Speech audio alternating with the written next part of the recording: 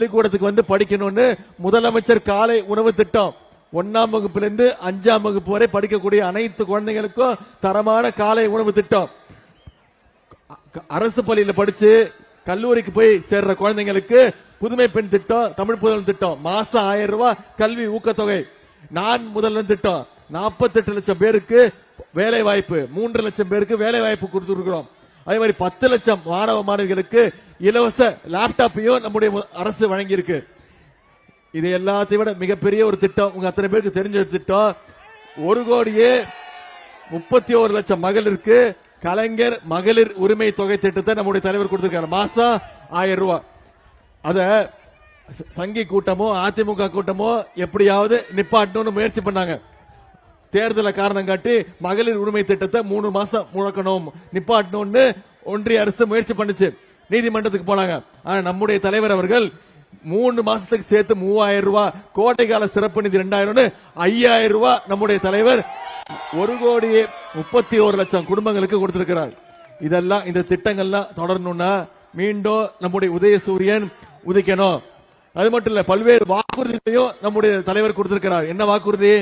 மகளிர் உரிமை தொகை மீண்டும் திராவிட மாடல் 2.2 ஆட்சி அமைஞ்சோன்னு 1000 ரூபாய் எவ்வளவு 2000 ரூபாய் உயர்த்தி தருவேன் தலைவர் சொல்லியிருக்கிறார்.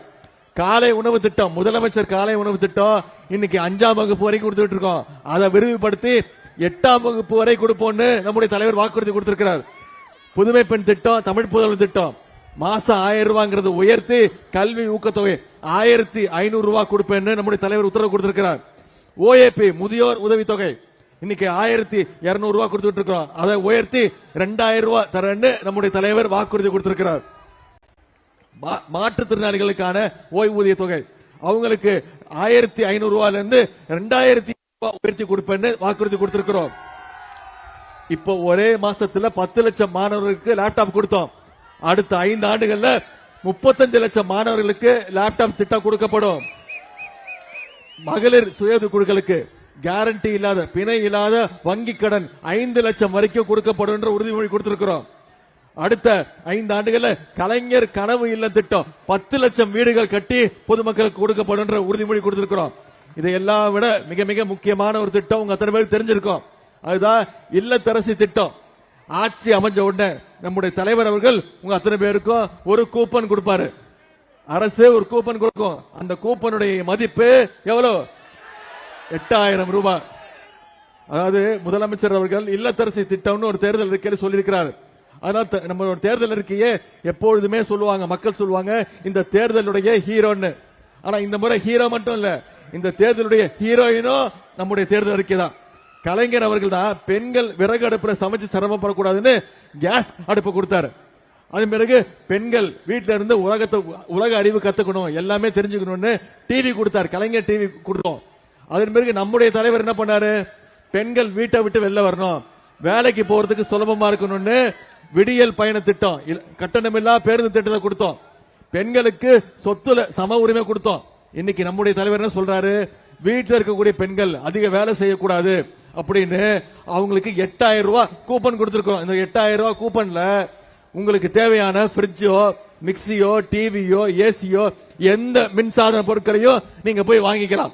இப்படி இந்த திட்டங்கள்லாம் நிறைவேற்றப்படணும்னா நீங்க வர சட்டமன்ற தேர்தலில் ஏப்ரல் 23ஆம் தேதி, இன்னைக்கு தேதி 31, இன்னும் 24 நாட்கள் இருக்கு.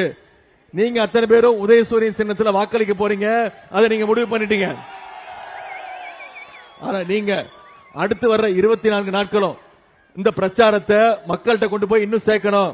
நீங்க வாக்குறுதி கொடுத்திருக்கிற மாதிரி அண்ணன் ஏவவேலு அவர்களை 1 லட்சம் வாக்கு வித்தியாசத்தில் ஜெயிக்க வைக்கணும். செய்வீங்களா? 1 லட்சம் வாக்கு வித்தியாசத்தில் ஜெயிக்க வைக்கணும். நிச்சயம் செய்வீங்களா? நாம இவ்வளவு வளர்ச்சி திட்டங்களை செஞ்சிருக்கிறோம், இவ்வளவு வாக்குறுதிகளை கொடுத்திருக்கிறோம், நிறைவேற்றி காட்டிருக்கிறோம். மீண்டும் ஆட்சிக்கு வந்தா இதையெல்லாம் செய்வோம்னு சொல்லியிருக்கிறோம். ஆனா எதிர்கட்சி தலைவர் திரு எடப்பாடி பழனிசாமி அவர்கள் என்ன பண்ணிட்டு இருக்கிறாரு? இன்னைக்கு மீண்டும் பாஜகவோட அடிமையாகி தமிழ்நாட்டுக்குள்ள திரு மோடி அவர்களையும் அமித்ஷா அவர்களையும் எப்படியாவது பிஜேபியை தமிழ்நாட்டுக்குள்ள கூட்டிட்டு வரணும்னு வேலை பார்த்துட்டு இருக்கிறார். ஜாடிக்கு ஏத்த மூடின்னு சொல்லுவாங்க. இன்னைக்கு எடப்பாடி பழனிசாமி தான் மோடிக்கு ஏத்த ஒரு அடிமை எடப்பாடி பழனிசாமியா மாறி இருக்கிறார். அடிக்கடி சொல்லியிருக்கிற நகைச்சுவை சொல்லியிருக்கிற முரட்டு பக்தர்கள் பார்த்திருக்கிறோம், முரட்டு தொண்டர்கள் கேள்விப்பட்டிருக்கிறோம். இன்னைக்கு எடப்பாடி பழனிசாமி தான் இந்தியாவிலேயே ஒரு நம்பர் 1 முரட்டு அடிமையா, மோடியோடைய அடிமையாக இன்னைக்கு எடப்பாடி பழனிசாமி இருக்கிறார். அவருக்கு சரியான பாடத்தை கத்துக் கொடுக்கணும். நம்ம தலைவர் சொன்ன மாதிரி இன்னைக்கு தமிழ்நாடு, இந்த தேர்தல் தமிழ்நாடு வெர்சஸ் டெல்லி தேர்தல். இந்த தேர்தலில் மோடியா நம்முடைய தலைவர் அவரா அப்படின்னு பார்த்திருந்தோம். நம்முடைய மோடியா தமிழ்நாடான்னு பார்த்திருந்தோம். நம்முடைய உரிமைகளை மீண்டும் மீட்டெடுக்க கொடுக்கணும். தமிழ்நாடு என்னைக்கும் டெல்லிக்கு அவுட் ஆஃப் கண்ட்ரோல் தான் அப்படிங்கறத இந்த தேர்தல் மூலம் நீங்க நிரூபிப்பீங்களா? அதை கண்டிப்பா செய்வீங்க அப்படிங்கிற நம்பிக்கையோட உங்களை எல்லாம் அன்போடு கேட்கிறேன், பண்போடு கேட்கிறேன், பாசத்தோடு கேட்கிறேன், உரிமையோடு கேட்கிறேன், உங்கள ஒருவனாக கேட்கிறேன், உரிமையோடு உங்க வீட்டு பிள்ளையாக இருந்து கேட்கிறேன். இன்னும் பெருமையா பூரிப்பா சொல்லணும்னா தலைவருடைய மகனாக இருந்து கேட்கிறேன், டாக்டர் கலைஞருடைய பேரனாக இருந்து கேட்கிறேன். நம்முடைய வெற்றி சின்னம் உதயசூரியன் எல்லா இடத்துலயும் உதிச்சாக வேணும். அதுக்கு தமிழ்நாடு முழுக்க, நீங்க திருவண்ணாமலை தொகுதி முழுக்க நீங்க அத்தனை பேர் இந்த பிரச்சாரத்தை அடுத்த 24 நாட்கள் நீங்க கொண்டு போய் சேர்க்கணும். இன்னைக்கு நான் வேலண்ணன் அவர்களுக்காக மட்டும் இந்த பிரச்சாரத்தில் ஈடுபடல, மற்ற வேட்பாளர்கள்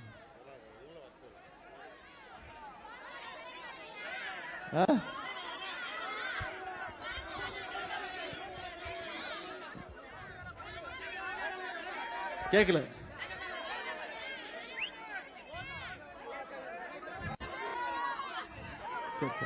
இல்ல மற்ற வேட்பாளர் இங்க நம்முடைய கீழ்பெண்ணாத்தூர் வேட்பாளர் அண்ணன் திரு பிச்சாண்டி அவர்களுக்கும், கலசப்பாக்கம் வேட்பாளர் அண்ணன் திரு சரவணன் அவர்களுக்கும், செங்கம் வேட்பாளர் சகோதரர் திரு அண்ணன் மூப்பே கிரி அவர்களுக்கும் உதயசூரியன் சின்னத்தில் வாக்களிச்சு மிகப்பெரிய வாக்கு வித்தியாசத்தில் நீங்க ஜெயிக்க வைக்கணும். செய்வீங்களா? நிச்சயம் செய்வீங்களா? உங்களை எல்லாம் அன்போடு கேட்கிறேன், பண்போடு கேட்கிறேன், பாசத்தோடு கேட்கிறேன், தலைவருடைய மகனாக இருந்து கேட்கிறேன். இன்னும் பெருமையா பூரிப்பா சொல்லணும்னா கலைஞருடைய பேரனாக இருந்து கேட்கிறேன். உதயசூரியன் வாக்களிங்க. மிகப்பெரிய வாக்கு வித்தியாசத்தில் இந்த திருவண்ணாமலையில் இருக்கக்கூடிய அனைத்து தொகுதியிலையும் உதயசூரியன் உதிக்கணும். நம்முடைய திராவிட மாடல் 2.0 ஆட்சி அமைய வேண்டும். நம்முடைய தலைவர் மீண்டும் 2வது முறையாக முதலமைச்சர் பொறுப்பில் உட்கார்ந்தோம்னா திருவண்ணாமலை அனைத்து தொகுதியிலையும் நீங்க வேலை செஞ்சு உதயசூரியன் சின்னத்தை வெற்றி பெற செய்யுங்க. இந்த அன்புக்கும் வரவேற்புக்கும் நன்றி, நன்றி, வணக்கம்.